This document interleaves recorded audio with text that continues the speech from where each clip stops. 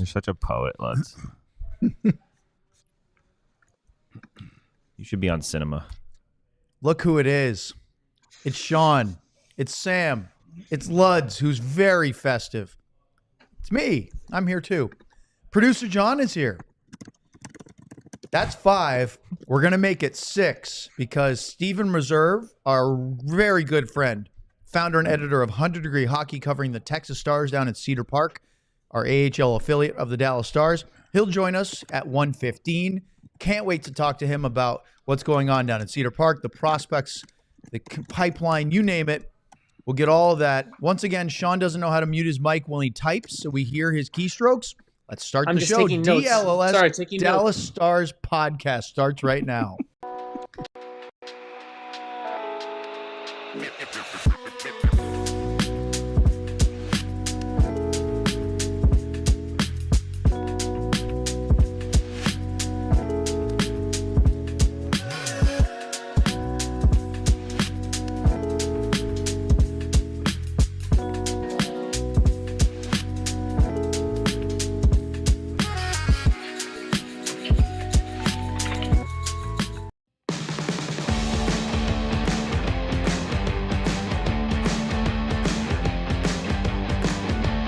That's peppermint schnapps. I can feel that stuff. It is Thursday, December 19th, and we're already loopy. So let's get it started. The DLS Dallas Stars podcast.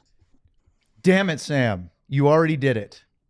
He took the sweatshirt off. We were debating this right before we started the show. Is it too warm in here or is it cold? So I have the hoodie on. I've got the DLS shirt on underneath.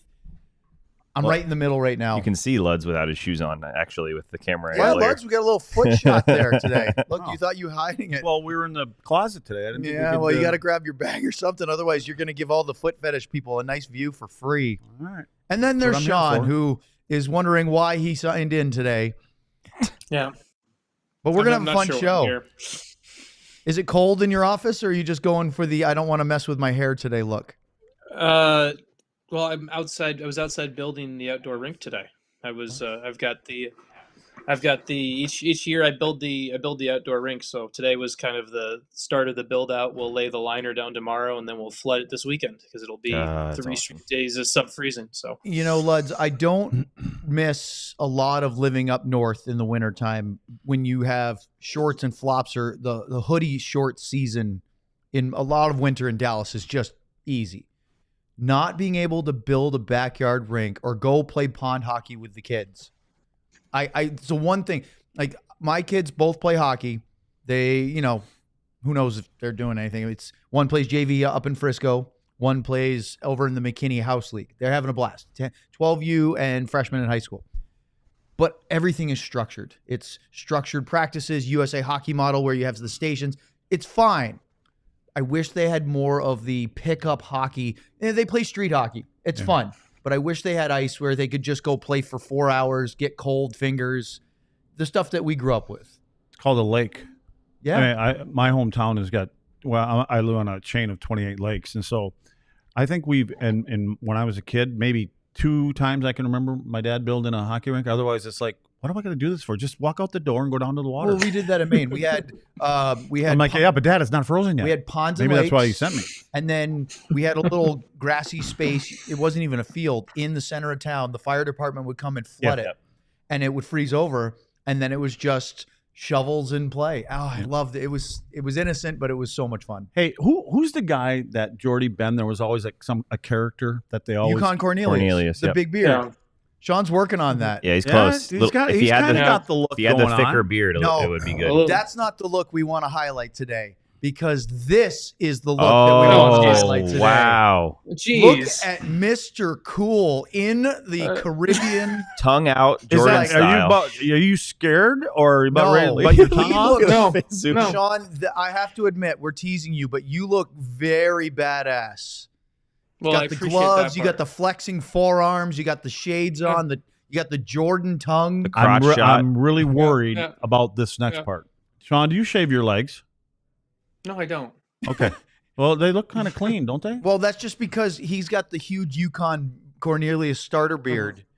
But Shady Rays. And the Shady Rays. Oh. Those Well, weren't the mine Shady haven't Rays. arrived. Mine haven't arrived yet. Yeah, hey, join the club. They're in the same package as Luds. Yeah. Exactly. You mean the Shady Rays? I don't know if we can zoom in enough on that. Probably not. John's got to hit like 10 cameras there. There, the Shady Rays in the case. We'll show those a little bit later. Look, Sean and I have talked about this before about being careful about what you put on social media with your family and your kids. So I didn't want to pull. There's some other photos, Sean, you had with you and your wife Christina and the kids on your cruise. But because I wanted to surprise you, there was no consent. So I only did the solo no consent ones. here. Right. He's still upset about it, but he loves it. He specifically picked up the Belize Bruins one, not the look at me ziplining.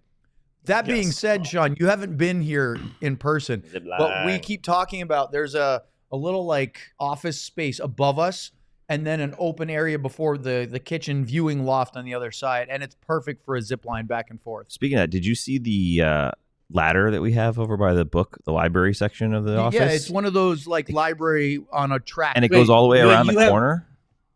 We do have one of those.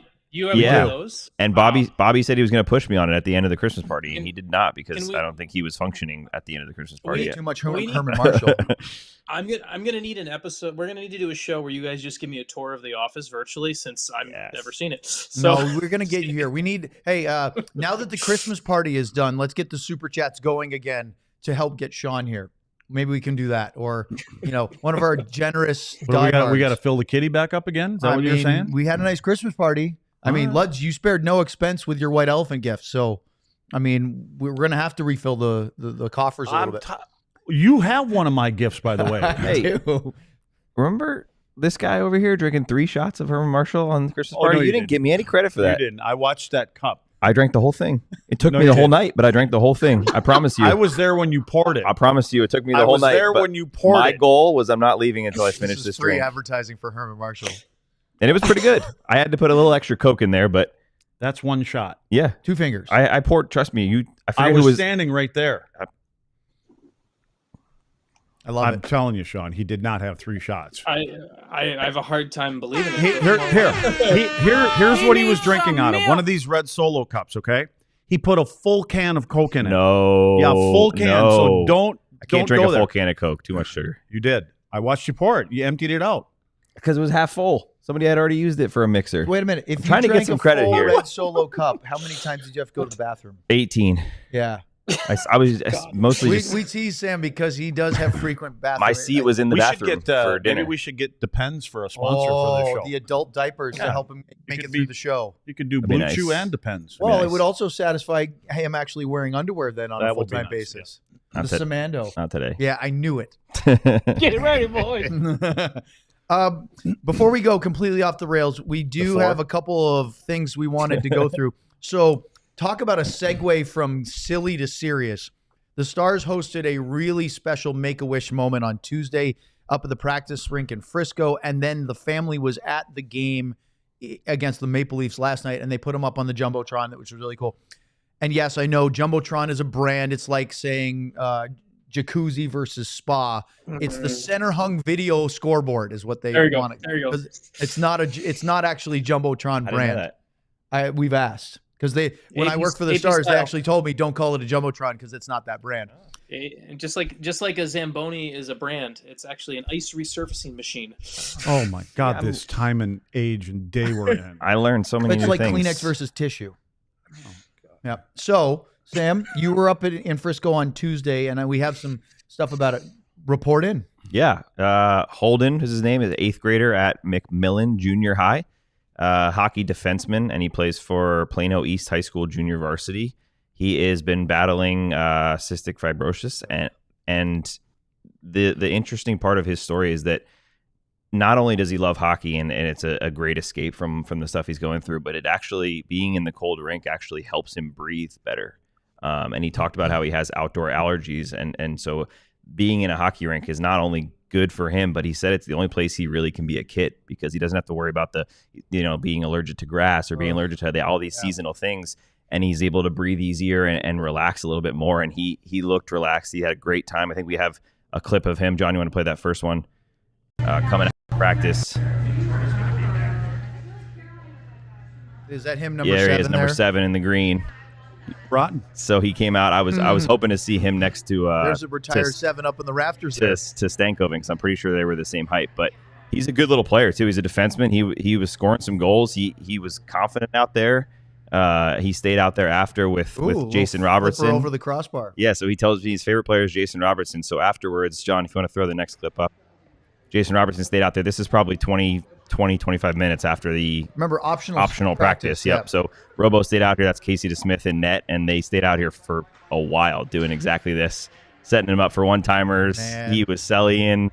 It was a really fun time. His family was here right on the boards right next to me while I was taking this video, and they were having a great time. And right afterwards, or before, I guess, he was surprised with his own stall in the locker room, in the dressing room at Comerica Center. So it was a really fun day for him. And Pete actually mentioned that it's not, as great as it is for Holden and his family, it's big for the Stars team. He talked about how these are the dark days of a season, right? You got flu, you got injuries, you got all these things going on. It's that weird time where Christmas is right here, but you still have a week left of a few games. And he said it brings a lot to both sides because it energizes our group to be able to do this and to come out here. And I don't think they would have had practice if this wasn't happening. And the amount of they guys would have probably canceled it because of their flu. Yeah, and the amount of guys that came out there and came to skate with Holden, it was really cool to see. And then yesterday he came out for morning skate as well. Got to hang out in the room, had his own stall again. Got to answer some media questions from Mike Heika and myself, the tough Dallas media. But did you grill him with fastballs? I grilled him. The only question I asked I asked, "Are you think you're ready to help this team beat Toronto tomorrow?" And he just looked at me and said, and didn't say a word. He just nodded, and I was like, "That's a hockey player." You right asked there, him man. about Steve Spott's job I stuff. was hey, I was just gonna have you. Can I see that shot again of the one-timer from one-timer? Robo? Are you gonna break it down? No, I don't want to break it down. Get him on the power play. But what I do want to look at is I wanted to see on the glass anywhere if Steve Spott was standing there kind of taking notes on how this is playing out because, again, good one-timer, and it's Robo passing, not the shooter this time. Buried it. Perfect spot. Robo's looking a little slow there. Think the foot's still hurting him? Oh, that's harsh. So It Kind has of looks to like lift it that. the Look, whole are you time. sure that Literally isn't? can't skate Maybe on he it. should be wearing number 16. I can't wait to get John on skates, and then we can break his. Yeah, for real. I have a pair. They're in my trunk. You have a pair. Yeah. Do you know how to wear them? Yeah, I do. I'm a bender, but I don't There's know no confidence in that answer whatsoever. I haven't laced them up in a few years. Luds, it's such. This stuff is such. It's not very difficult for the players to carve out a little time on a practice day for something like that, but it goes so far for that young man, for his family, to then give him a night out at a Stars game afterwards.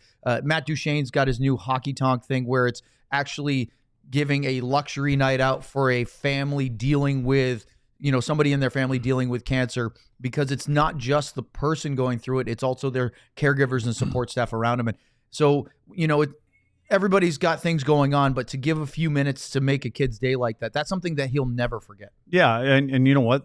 The players look forward to it. You'd be surprised. And I think what goes unnoticed and flies under the radar a lot is how often they do things like this. You don't know about it. And it's not, they don't, at the holidays, they'll make it known. But it's amazing if people could really know how many times that individual guys will go someplace and visit somebody, or a couple guys will go somewhere. They do it all the time.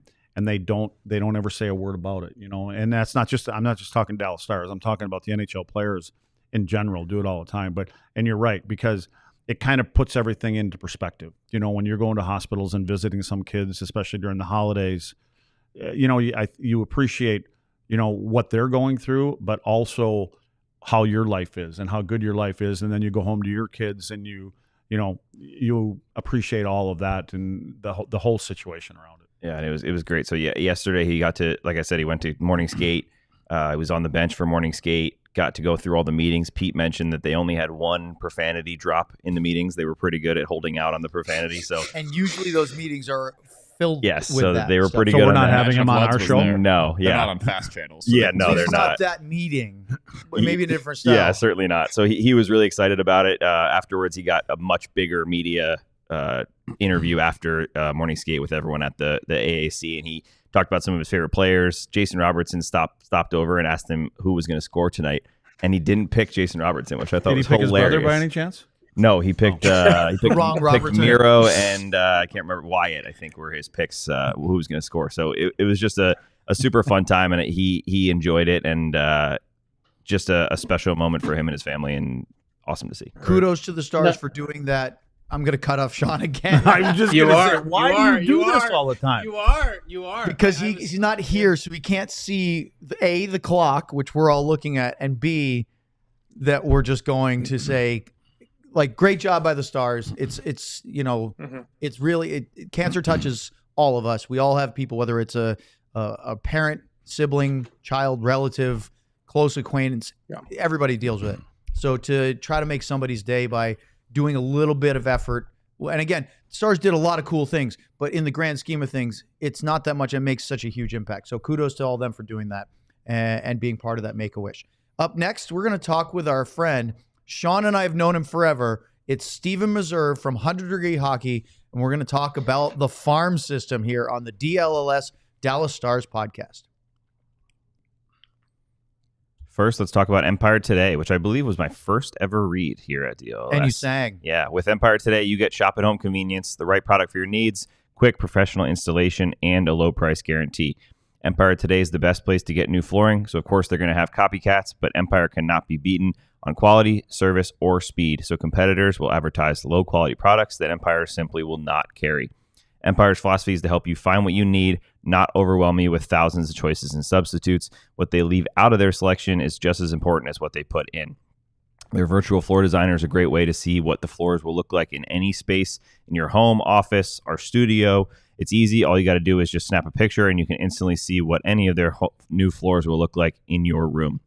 Schedule a free in-home estimate today. All listeners can receive a $350 off discount when they use the promo code DLLS. Restrictions apply. See empiretoday.com/DLLS for details.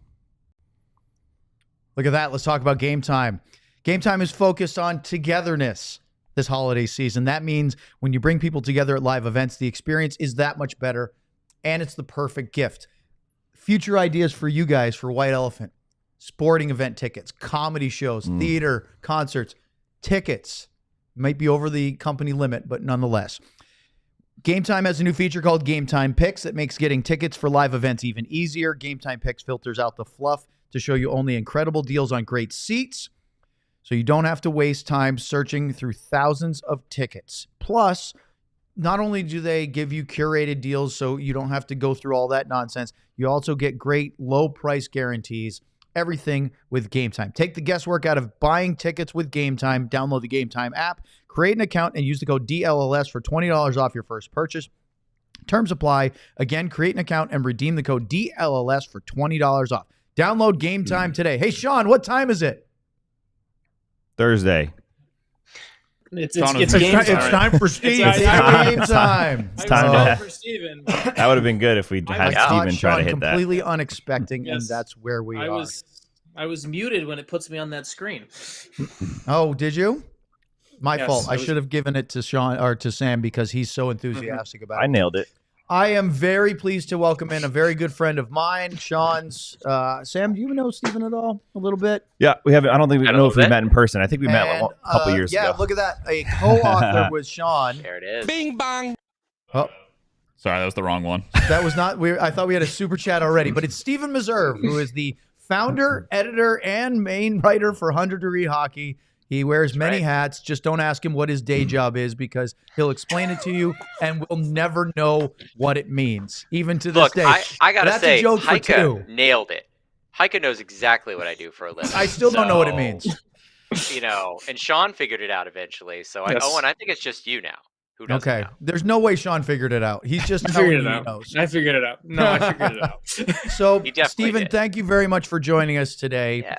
And we all sorts of serious questions we'll have about the AHL and the prospects, but it is fun to be silly as a group and goof off because even our bosses say that when we go a little lighthearted and loose, it's more entertaining than our serious straight stuff. So if you want to go off the rails with the rest of us, feel free.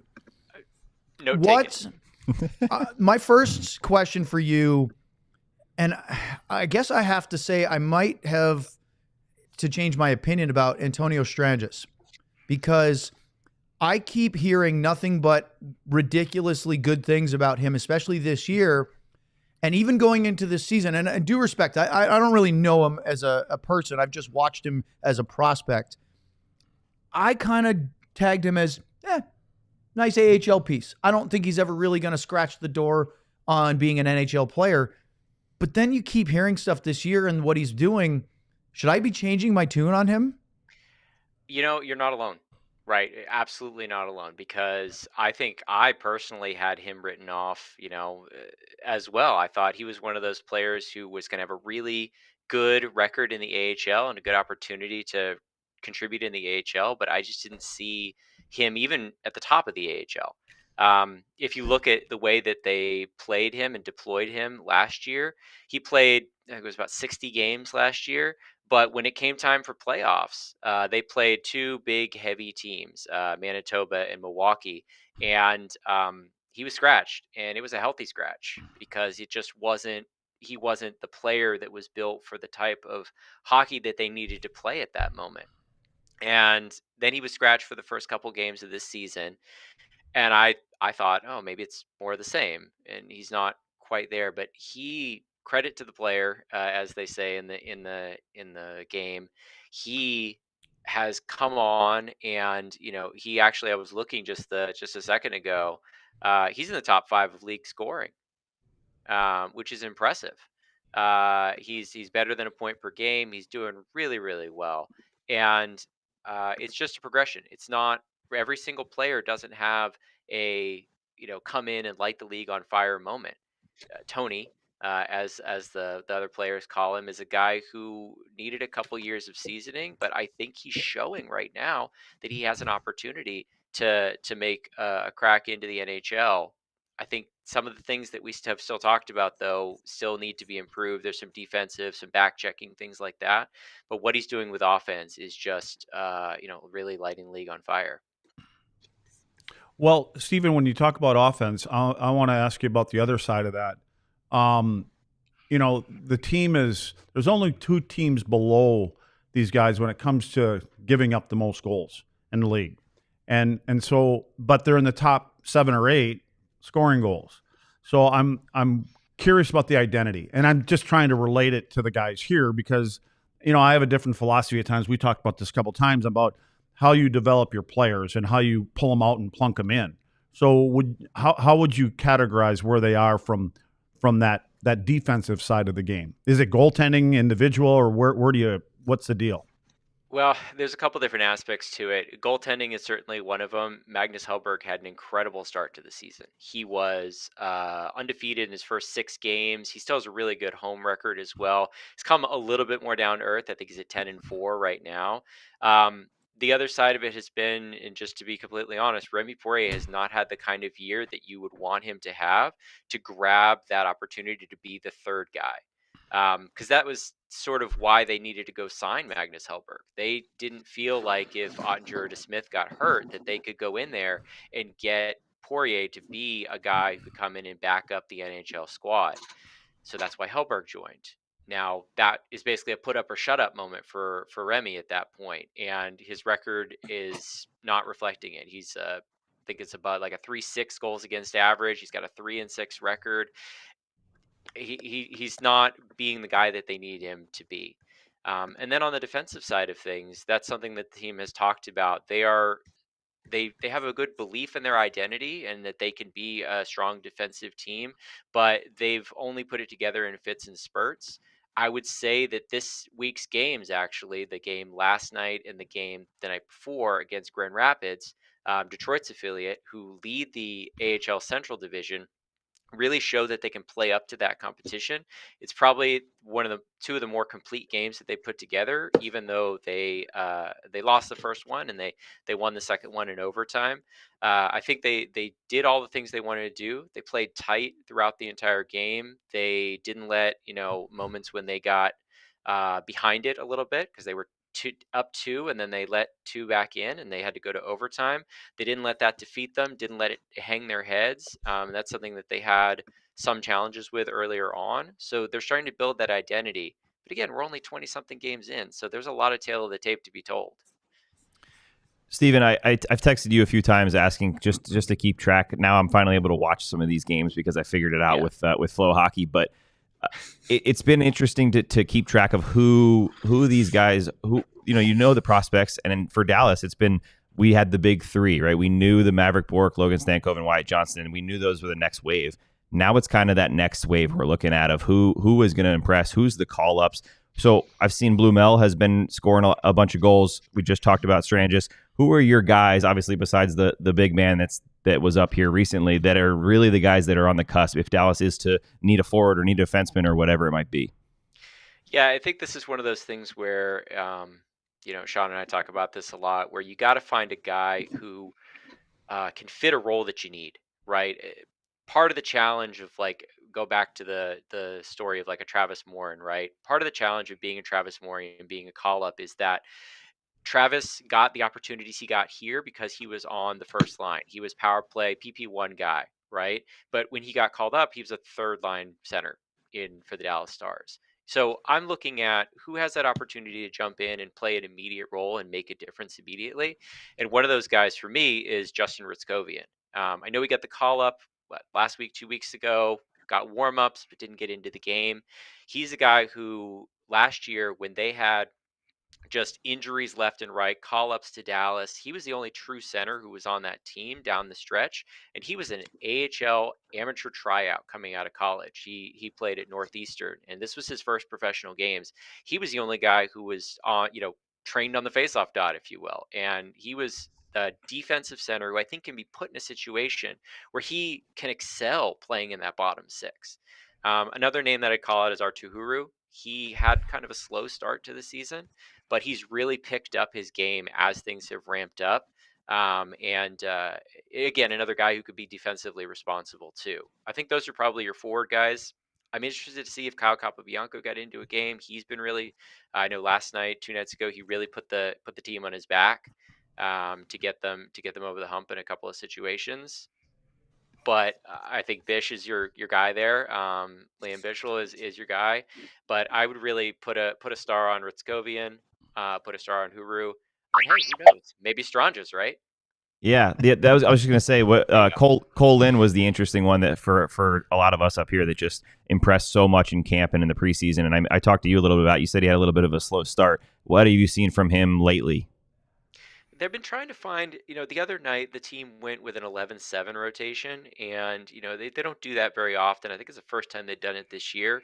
They were trying to find chemistry, to be honest. They had hit a little bit of a skid, and so head coach Neil Graham down here said what he was trying to do is actually give an opportunity to mix up the lines intentionally throughout the game to see if something else would stick. Because they felt like their top 6 group was going really well, but then the bottom 6 wasn't. So they rotated a lot of things around to make sure that, see if you could find that spark in the game, in the actual, in that actual environment.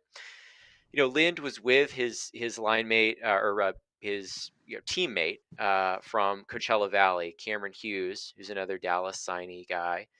For a little while, they separated them. They've now brought them back together as of last night, the game against Grand Rapids. But Lind was having a ton of success on a line with Stranges and Ritskovian also. But if you look at his plus minus and some of the defensive play, I'd say that's a challenge as well. And that's where you put it in that situation where you don't want to put a guy in a situation where he needs those top line minutes in order to succeed. That's sorry, I'm going to let Sean go here and say that's what I was going to ask you. I think he's like a minus 13 here. I was going to ask, is that just circumstance or is that a reflection of his game in his own end? I mean, there are certainly a lot of power play time for Cole Lind, right? So you didn't credit for those as you will in the plus minus, but I don't think defense is his forte necessarily, and I think that dash 13 is probably going to prevent him in a lot of ways from being at that next level. We will have lots more with our buddy Stephen. No Sean? No Sean. Sorry, Sean. Sean got cut again. Sean gets the start the next segment. Today's Sean is a quiet Sean. Yes. But I don't know. Well, we'll get to that in a second here. More with Stephen Meserve on the DLS Dallas Stars podcast. We have more important things to talk about. That's why Sean's not getting to talk. Founded in 2010, Herman Marshall Dallas County's first legal distillery since the repeal of Prohibition. Located in historic downtown Wiley, Texas, Herman Marshall is proud to partner with the Guns N' Hoses Foundation of North Texas on a single-barrel expression of its signature straight bourbon whiskey. The Guns N' Hoses Foundation is a nonprofit organization dedicated to providing immediate financial assistance to the families of fallen police officers and firefighters lost in the line of duty. They're built from the grain up through family, fellowship, and friends. So for every bottle of single-barrel straight bourbon whiskey, Herman Marshall donates 15% of its revenue to the Guns N' Hoses Foundation of North Texas for those who went before. Stop into your closest Goody Goody Liquors and other fine retailers. Let's talk about Shady Rays. You know, Luds drinks the Herman Marshall all the time during the show, giving him a nice prop. So I like to wear the Shady Rays to give them a little props. Even use the little hard case right here, a little zipper bag, kept them from getting squished in my computer bag.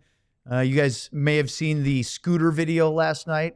The sunglasses are not getting damaged in those transits between the AAC and the studio. But you know what? Shady Rays does have lost and stolen protection. So even if they do get mushed when you're trying to navigate the mean city streets of Dallas on an electric scooter while being laughed at by your co-hosts and being filmed by your producer, you can get replacements for very, very cheap. Shady Rays is an independent sunglasses company offering a world-class product. It's rated by 5 stars over 300,000 people. They have durable frames, crystal clear optics, and they are the perfect choice for all outdoor activities. Plus, they have all sorts of styles. And if you don't love them, you can return them worry-free within 30 days. Exclusively for our listeners, Shady Rays is giving out the best deal of the season. Head to shadyrays.com and use the code DLLS for 35% off polarized sunglasses. Try for yourself. The shades rated 5 stars by over 300,000 people. All right, Sean. What did Sean want to talk about? Do I get to talk now? Go. Let's hear Sean, what- you have the floor. Don't give it back. Okay, I won't. Jeez. Stephen, I wanted to pick your brain about Christian Cairo because he's a guy who we obviously know Bishel is up in Dallas now, and Cairo being the second round pick, being the profile. So when I went through and looked at your site today and I look for the game the other night, he's on the third pair. I go and I pull the time on ice and he plays 14 minutes against Grand Rapids. Why? Like from a Cairo perspective, for me, it feels like this is the window of opportunity that if he was ever going to step up and to use the word we like to use, put up or shut up, this was going to be the time. What have you seen with him and why hasn't he taken that next step? Yeah, it's an interesting one, right? Because I feel like he was given all the opportunities that he could have been given in his rookie season, and he's actually been a scratch recently. There've been some rotations and things like that, and I don't know if he's dealing with maybe a nagging injury or something like that. The AHL, for those who don't know, the AHL does not have a roster limit, which means the AHL does not have a concept of injured reserve. So if a guy's scratched, you don't know whether he's injured or not or what. They can just scratch him and they don't have to say anything. So that's up to us intrepid reporters to go figure out what's going on behind the scenes. Just a little bit of nugget of knowledge for you. And Owen and I fought about those things much when he was here representing the other side of the house. Never. We were always No. simpatico. Yeah, absolutely. There was never any angry emails back and forth about not supposed to be knowing things and sharing them on Twitter. No one ever got an angry text from Whitey, I'm sure, right, Owen? No, never. Not once. No, never. Not once. Got it. No, he just delivered that news to me in person. That's all. I see. Right. And then he whooped you at FIFA. So there, and that was the turnaround. No. That's not true. I won that game. Anyways, Cairo, I think has not stepped up into that role of I think viewing him as like power play opportunity to lead the power play, opportunity to be more of an offensive guy. He hasn't been on the power play. He's not part of that plan. And you look at like Capobianco when he was here, Bishel was playing some power play time, right? And this is your opportunity to step into that role. And so I think that's again, you get typecast, right? In some ways, like, okay, I'm an offensive defenseman, which means if you're an offensive defenseman and you're not contributing on offense, which is your thing, you have to either find other things in your tool bag or see yourself sidelined. And I think that's part of the challenge is like, how do you break out beyond what your typecast is. And again, to the point of like Stranges, that's not always a like, oh, I'm just going to turn the light switch and now I'm going to be a different person than the way I've been the entire time I've been preparing to be a professional hockey player. But that's why the minor leagues exist. That's why the AHL exists, is if you need to add things to your game. I look back at Thomas Harley, and this is not to draw a parallel between Christian Kyrou and Thomas Harley, but he came in with a very much a typecast around being an offensive guy, an offensive defenseman. And here in Cedar Park, they broke his game apart and put it back together again so that he could be more defensively responsible than he had learned to be through his time up to that point. And that's why he's the player that you see he is now. And it's all the people who did that work, who did the deconstruction and reconstruction, are still here in the coaching room. And so that's still entirely possible. And that, that's the plan that you have is to break down the elements and do the learning here at this level. I'm glad, Stephen, that you brought. Oh, he's no, he has Sean, got the Sean, floor. Sean, You have Sean, it. Sean. You Oh, got I'm it. ignoring your question, Sean. I'm tag teamed over there. On the perspective here, for you and I have talked about this a lot before, but for the listeners and the viewers of this show, I think I'd love for you to kind of explain a little bit some of the challenges that Neil Graham and Travis Morin and Maxime Fortunas as assistant coach have coaching at this level, because I think it sometimes gets lost of there's no other coaching position in my view where winning by the nature of what the league is not nearly as important, and where the most important game that night is not necessarily the one you're playing. And I wanted to kind of give you a chance to just what you've seen with how the team has handled that, how the coaching staff has handled it, and you've watched this coaching staff kind of evolve in these roles. It's a really weird situation because there's different extremes, right? Think about baseball. If folks, have ever seen baseball minor leagues, if you're, you win 10% of your games, it doesn't matter as long as the guy that you think is your long-term third baseman gets the number of at-bats that he needs to get. Doesn't matter if you're winning or losing, right? Because that's the way that like a minor league system works in baseball. They're more okay with the wins and losses don't matter as much. It's more about individual player development. But in the American League, you care about player development. That's the ultimate job. And the coaching staff will tell you that our job is to develop Dallas Stars to help them win the Stanley Cup. That is their job.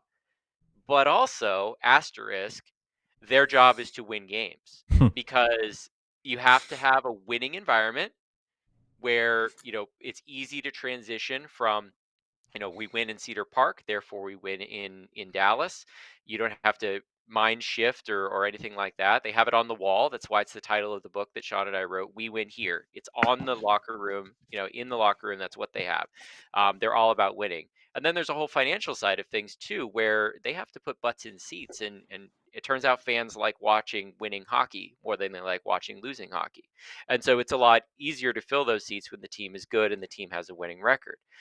So it's this dual mandate where Neil Graham needs to sit there and say, okay, well, I need to give, Liam Bichel this many minutes tonight. And maybe he's not ready for that many minutes. Bad example, because he is ready for that many minutes. But let's say that you had another player, not to pick on him, Sean is going to laugh, but Gavin White, right? Like Gavin White needs reps, right? You can't have him sit in the press box. I'm laughing with you, Sean. You can't have him sit there, but is he going to help your team win the game tonight? We hope so, right? But how is he going to get that experience without being actually on the sheet? So this is the balance that they have to play. And then at any moment, like yesterday, all of a sudden one of their top defensemen got called up to play in a game that night, Alex Petrovic. Okay, now you have to shuffle things. Maybe you need to call a guy up from the ECHL. I talked to Derek Laxdal many years ago. He's now again the coach in the AHL, the Coachella Valley Firebirds, which is Seattle's minor league affiliate. And he said that the AHL job is the hardest job in hockey, the hardest coaching job in hockey, because you can get dinged on both sides. You have to win games. You need to develop players for the next level. You have no idea night to night what your roster is going to be. Think about the trade deadline. Like Neil and Travis and Max could be going into the trade deadline with one roster, and then 48 hours later, they could have an entirely different roster. And let's be honest, if Jim Nill can make a trade to make the Dallas Stars better, and that sacrifices something about the Texas Stars, it's kind of a shrug. It's like, okay, well, our goal is to win a Stanley Cup, and if we happen to win a Calder Cup on the way, great. But that's not ultimately the goal of the team here in Cedar Park, and so that's such a weird situation for them to be in. And all credit to any coach in the AHL who has to balance those two things. All right, I just wanted to make sure I wasn't going to jump in on Sean. Yeah. You gotta Go raise ahead, your Owen. hand. Go. John, you go, got anything go. else? No. No, we'll let Owen talk. Well, you brought up a question similar to where I was going, Sean, which was about the coaching staff.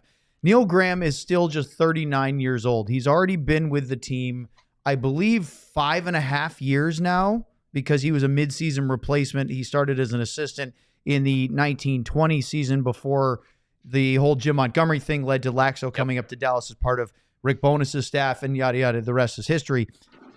He's been a coach for a decade in both the Idaho Steelheads and now the the Texas Stars. And he's had his fingers on a lot of the development of some pretty important young players for this Dallas Stars roster, right? roopehintz. I think he maybe maybe he didn't have a lot of roopehintz, but Jason Robertson was there. Jakeoettinger was definitely there at that point in time. Thomas Harley, Liam Bischel now, Logan Stankoven, Maverick Bork. I could go on and on. You did. Thank you. Oscar Beck. Don't forget Oscar Oscar Beck. Beck too. There's a number. What's your take on Neil Graham as a coach? Do you think that his future is in the NHL? I do. I think I'm probably one of his biggest boosters, to be completely honest. You know, Neil's a guy I've known for a long time. I made a trip up to see him in Boise in 2017, I think it was. Great memories of him and then the PR guy, Brian McCormick. I asked them a completely anodyne question. I asked them, "Hey guys, where should I go for lunch?" And they had an argument about the best place to get French fries in Boise, Idaho, which of course they did because it's potatoes, right?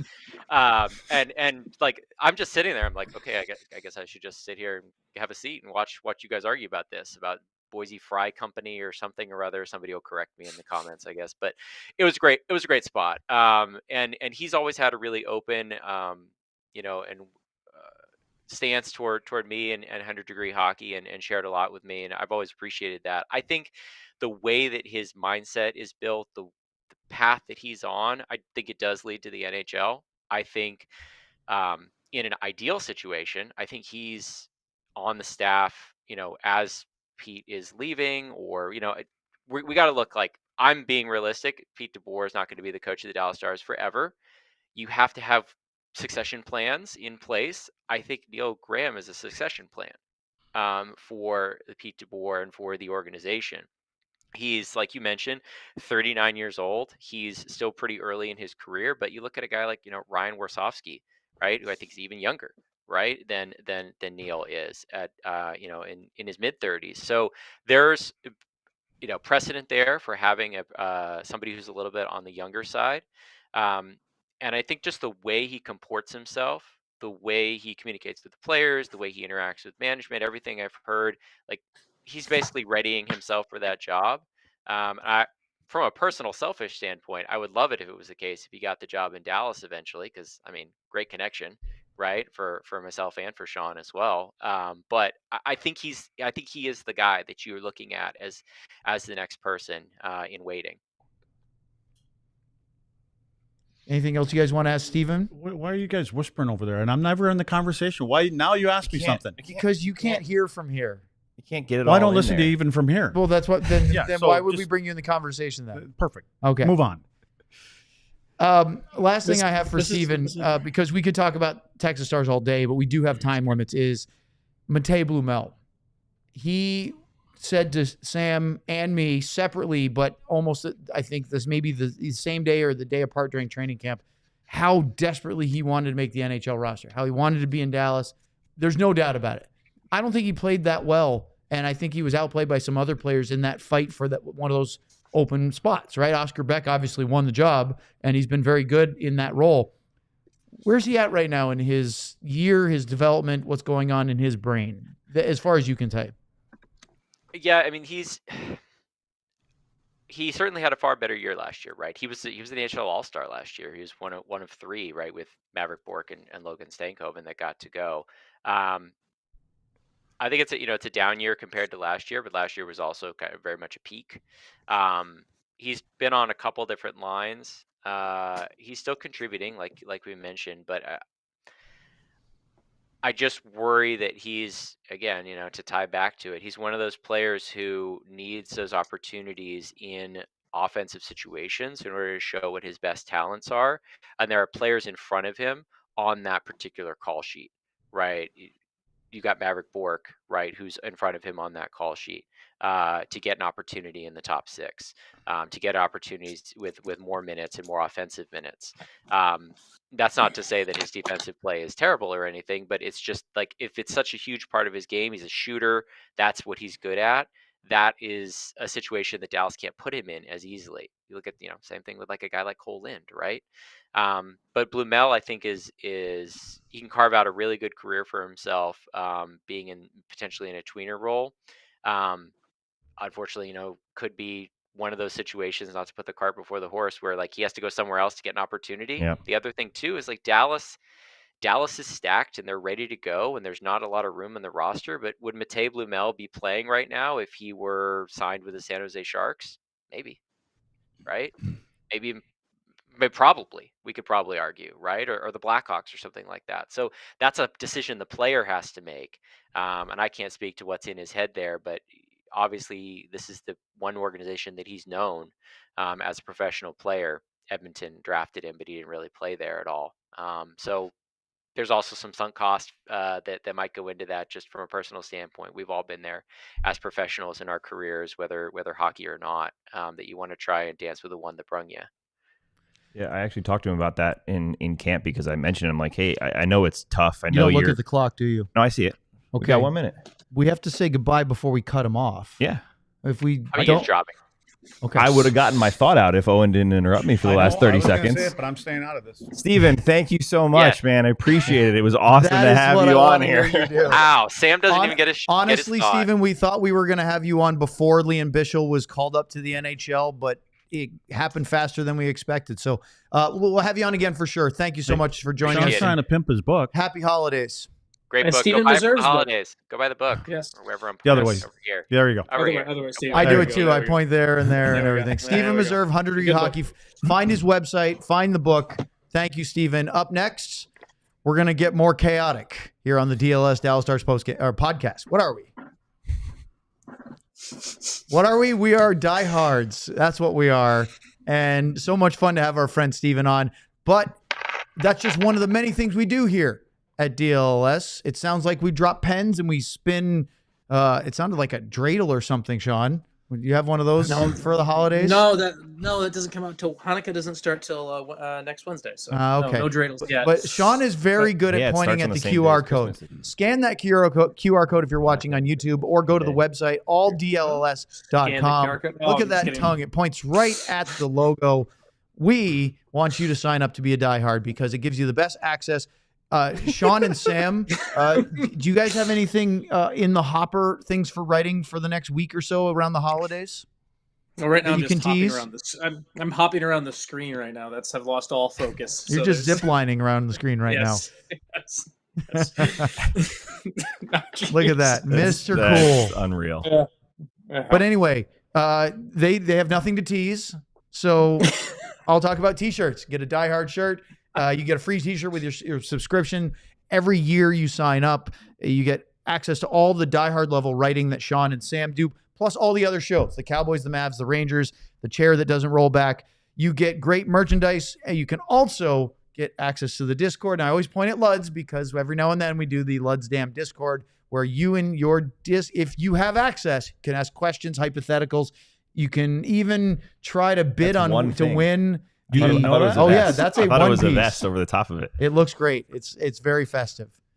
Go to alldls.com, click on Die Hard, use the QR code, sign up, and be a Die Hard to help support our show, our whole company, as we continue to grow here in Dallas. All right. We move on to our final segment, and it was really fun to talk about the AHL. And one guy who's not here right now is Alexander Petrovic, who got sent down today along with Liam Bichel to the AHL. We might see them back up tomorrow. We'll have to wait and see as they play the Rangers. But Luds, you have some an analysis you wanted to share with us about the fourth line and about Petro. Well, yeah, it's very simple. And, we talked a lot about the fourth line last night and how good they were. And if you're watching, these are a couple examples of why they're very good, because they go to the front of the net in front of the opponent. And you can see all three of these guys standing in the crease almost. That's where you battle.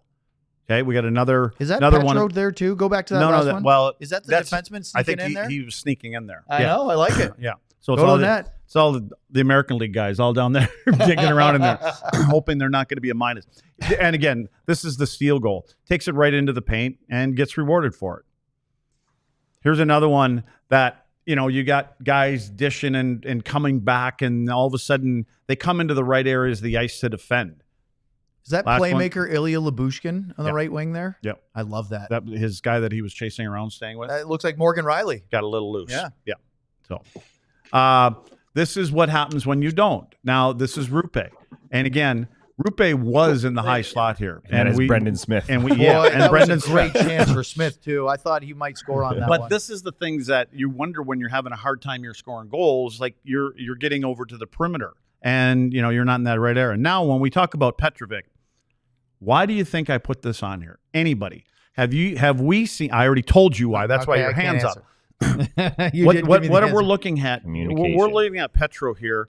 Give information to his partner or to another player that's coming back into the zone on a 2-on-1, a quick 2-on-1. He's pointing. I haven't seen that from one defenseman here. So my point was that is he's learning something somewhere, whether it's down there or wherever it was. This is how you send information to your teammates. He's letting you know, I want you to pick this guy up. Now, the result of this, he didn't get picked up and he scored a goal.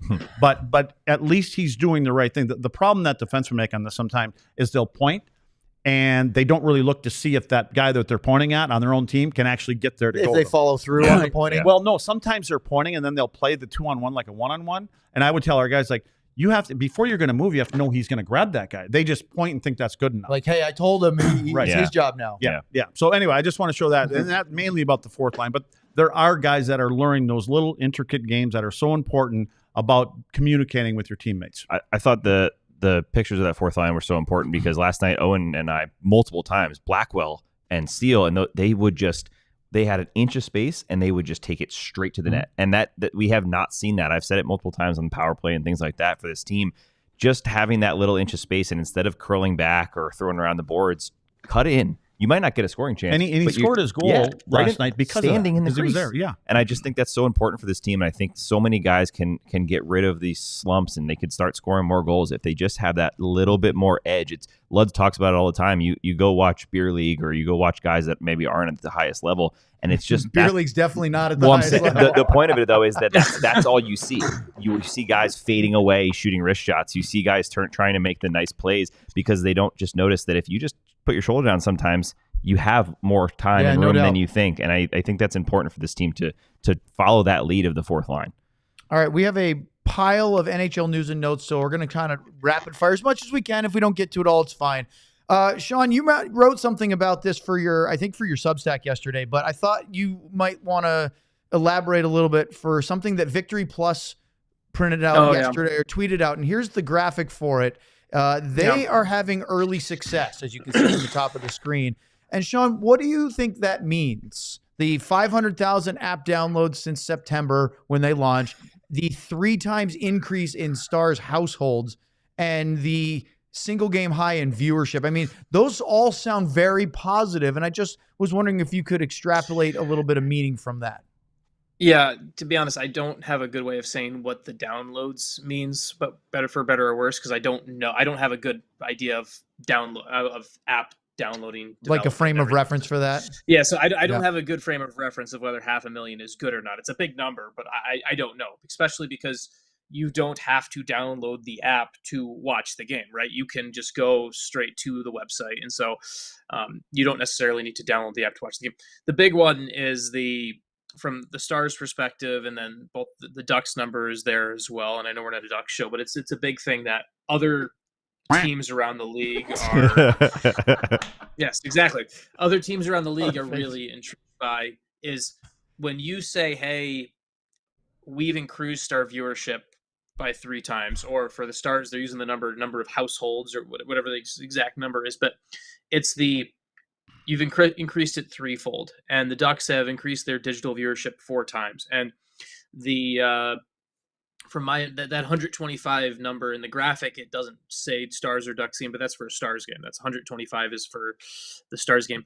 And so these are numbers that other teams around the league, other people in Brad Albert's chair for other teams are noticing, because they're all dealing with this regional sports network question. Right now, it's a very simple, if it's a team that's still on the Bally's Sports Network or the FanDuel Sports Network or whatever it's called now, they're getting $35 to $40 million a year from that. And the Stars Challenge right now and the Ducks Challenge is replacing that revenue. And one of the ways you replace that revenue is the more viewers, in the long run, it brings more residual money in. 3 times more people watching the game, 3 times more households. That's 3 times more people likely to buy merch, more likely to go to games, things like that. So it's a really positive, encouraging thing that these numbers are showing up early, because it's no longer just anecdotal. It's no longer, hey, more people are watching the games. We can say, hey, 3 times more people are watching the games. And that allows this experiment to actually work. And it allows, because right now the Victory Plus platform, well, yes, I know there's people who say it's not on Samsung TV, and there's a couple little things they're still working on. It's working to the level where people are showing up, just like people show up to watch this show. As people show up and use that service, the free stuff continues to work and makes it so that it remains free. So the big takeaway is it's working so far. We know it's working, and now we'll see where it keeps going, because the Stars effectively, I've been told, there's at least on average, there's double the number of people watching each Stars game than they were on when the games were on Bally last year. Which is interesting, because I wasn't sure that would be the case, right? It's sort of the balance of it's free, but you have to go find it, as opposed to just stumble over it on your cable or satellite provider. So you're not going to get the casual sports fans that aren't looking for it. Do you have cable? But at the same time, you get all the people that didn't want to pay for that, cable, satellite, you name it, cord cutters, that now can just, all they have to do is download it. And so at least initially, it seems like the numbers for those of you that, the people that want to watch it on new platforms, outweigh the ones that might be lost on traditional linear platforms. I'm still using rabbit ears. Yeah. With foil on the ends. Yeah. And the Stars have knocked down one of the traditional blocks, and I know it's about to be 2:58, so Owen's going to cut me off in a second. But the 59. The fact 59. Okay, so I get 60 seconds here, huh? You do. John is very happy with this conversation, by the way. The fact that, and I had a good question too. The fact that you have the price point it's because it's not just competing for, hey, I want you to watch my game versus this other team's game. It's also a price point battle that you've knocked down before, where it used to be like people only have X amount of money of disposable income. And it used to be before, it's like, well, I'm going to pay $20 a month or whatever the Bally's thing was to do it. Now you can be like, I can be a Stars fan and it doesn't cost me anything. And I can now have that. And that's a huge thing that we're seeing. And we're seeing the numbers return on that. And I talked to a team vice president from another NHL organization yesterday after my story ran. And they said to me, it's like, we can't do anything right now. We're in our regional TV deal, but like, this is the future for us. This is where we're going to be going at some point. And they didn't know if they were going to go with the Victory Plus or not, but like for them, they see what the Stars and Ducks are doing. And they're like, yeah, we're calling Brad and we're calling the people from the Stars pretty frequently to see how can we hop on board for this and what's working and what's 5, not. It's been working. 4, 3, 2, 1. Luds, it's not a hard out. Thanks to everyone who joined us on our television platforms. Make sure to like and subscribe here on the pod and check out alldlls.com. Sean, technically you had another full minute, so you're actually in the right here. I'm going to save that minute like a rollover minute, like on a cell phone, and just like the next time Owen tries to cut me off at like 2:15, I'm going to be like, I have that minute. You owe me? It doesn't bank like that. Yes, I'm going to bank. Do you want to ask a question? Do you want to move on to the trades? I don't want to move on to the trades. Okay, ask him the question. I'm going off the board. Back to the show. Yeah. Sean, I saw something yesterday or today that I tried to figure it out on my own, and I knew you'd be the best person to ask. I want you to talk about the HRR, the hockey-related revenue, and the implications of the Canadian dollar. Yeah.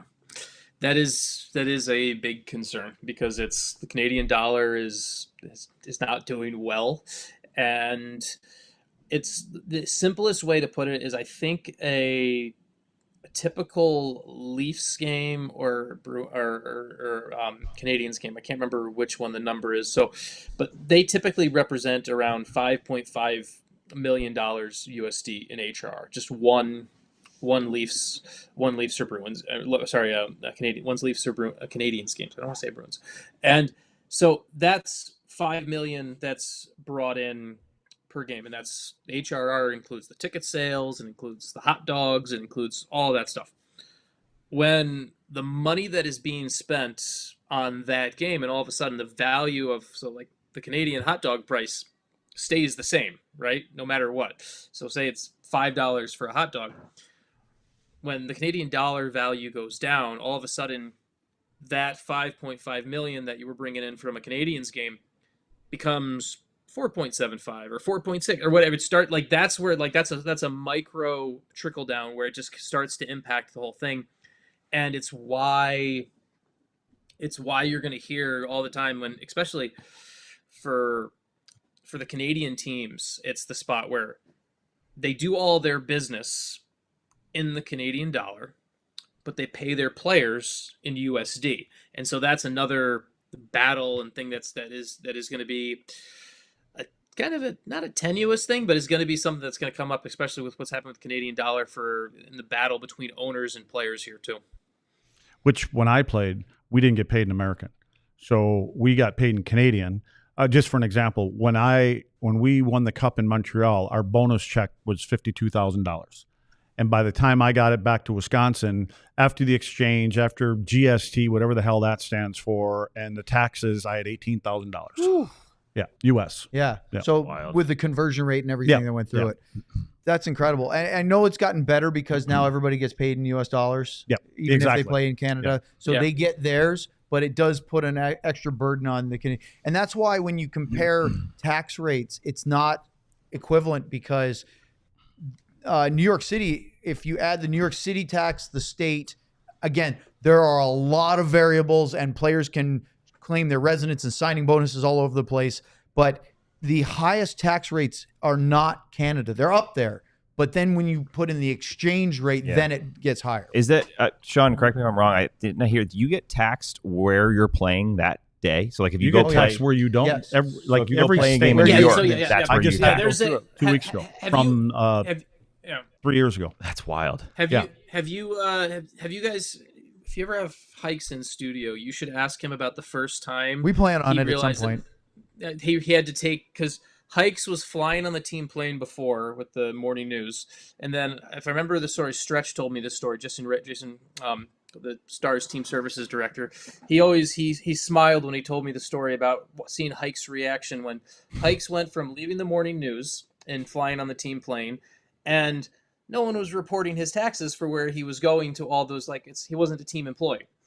Now that he's a team employee on the team plane, every single city the Stars go to, every single day they spend, everywhere they go, Hikes gets charged the jock tax. Like Mike Hike gets charged a jock tax, which is one of my favorites. Which is one of my favorite things. Now, I got a tax bill, Sean, from I got this about 2 months ago. It was from 2019. And it was for $6,019 or something like that. And I call it, what the hell is this? Well, what it was the state of New York. And I was there to do a game, but it probably was a day and a half. And I'm like, $6,000. They said, well, you didn't pay it. And so what they do is they just give you the big sum, whatever. It would probably be about $150. But the point is, all these players, every time they play someplace, they take what you're making there, and then that gets tacked on. And there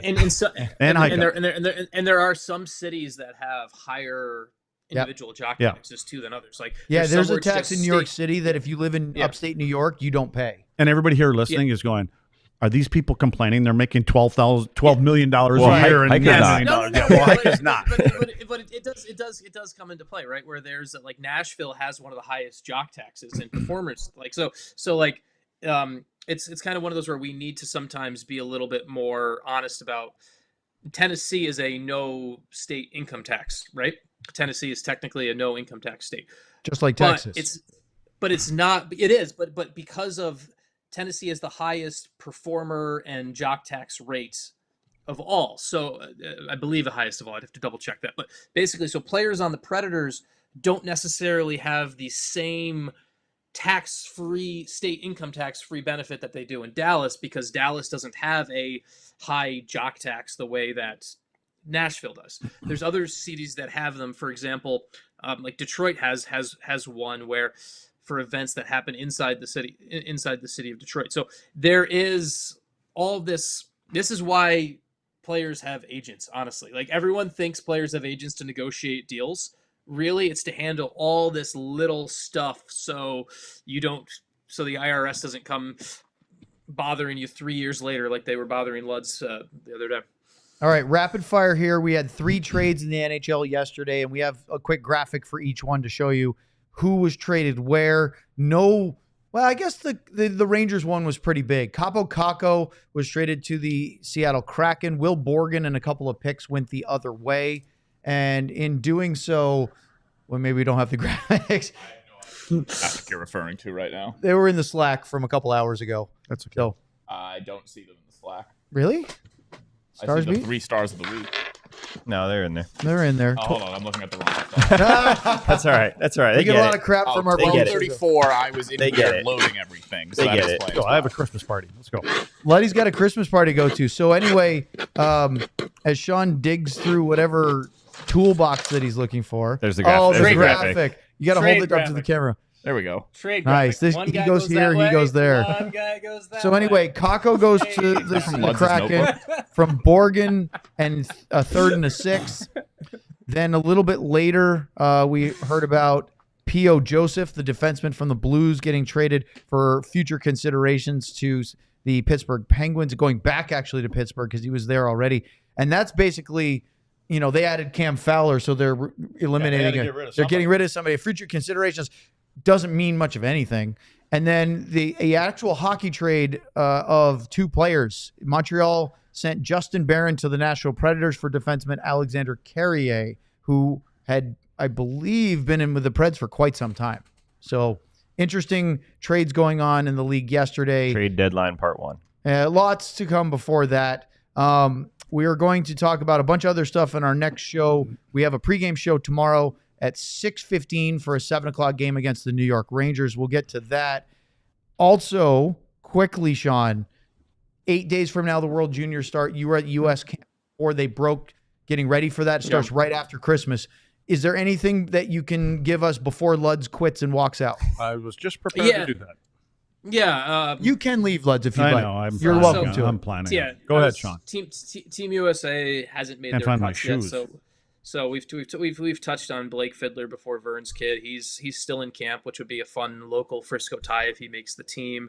Aaron Mnuchin, who is a Stars prospect, is still on the Team USA camp. He was the extra. He didn't play for Team USA at World Junior last year, but should be part of that group this year. And then just from a Finless, Emil Hemming is obviously there for Team Finland, and I talked to the couple of his team. One of his teammates was in USA's camp, and so I asked him about Hemming, and he was telling me a little about how Hemming's season has gone, and he was it was interesting. He said Hemming he said as Hemming's English has gotten better, they've started.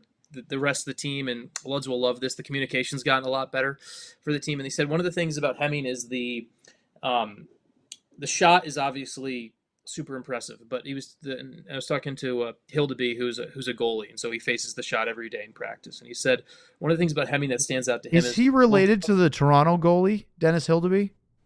No, he is not. That's just a coincidence. That's interesting. Yeah. By the way, So- we've replaced Luds, and I don't think we've noticed a difference. No, we haven't. It's a We hat haven't. and a Herman Marshall bottle. The only thing different is that bottle's not. The only thing difference is when Sam pours 3 shots of that bottle, it's going to take 4 shows for him to finish them. That's very, very true. Actually, look, I know you talked about Blake Fiddler before, but they didn't make any cuts out of that camp, which was that a surprise at all? A little bit. I mean, it's just great that Blake because is part of this. It's really exciting. Yeah. It's the fact. So Team USA only brought 29 guys to camp, so they only have to make 4 cuts. Or as I was once admonished by John Van Beesbrook, who said, "We don't make cuts, we make selections." So that's semantics. So 4 more people have to be selected still to not make the team. Interesting. So, but yeah, Oh my but God. yeah. So Blake Fiddler is still part of the group. They were saying it was something where for the coaching staff, they had he wasn't at the World Junior Summer Showcase, which is kind of the event that starts building this roster in the first place. And so it was a true credit to what he's done throughout kind of the start of the season in Edmonton. They saw him at the Holinka Gretzky tournament, which is a U18 tournament that happens before the start back in August. And it's a testament to what he's done. And when you look at a team that's typically filled with mostly college guys, a lot of 19-year-olds, some 20-year-olds, and everything like that, it's pretty impressive for a guy with some local Dallas ties and who, I mean, honestly, I wrote a little bit about him at the site earlier this week. Like, we're looking at someone who is from a Texas perspective, will probably be the highest drafted player since Seth Jones went as high as he did. So. Yeah, I was just about to say, Sean, go check that out. I don't remember I think it was Tuesday. Sean wrote an awesome article. Speaking of diehard access, it's a diehard article on Great callback on Fiddler Love and, it. Yes, and all that there we stuff. go. So yeah, so go There we go. definitely Took check us that out. about 25 minutes to get an answer when I set you guys up, but I appreciate you. I got you. Getting to it. I was distracted by Yes, this. you were. So I think that's a pretty good way to wrap things up since we already lost one of our showmates for the day. And we do have a pregame show tomorrow against the New York Rangers. Sean, you won't be on it, but in a minute or less, what's going on with the New York Rangers? Don't ask another question, Owen. Come on. They'll want to leave. You're at 111. All right. Rangers are a mess right now, so that's not good. No.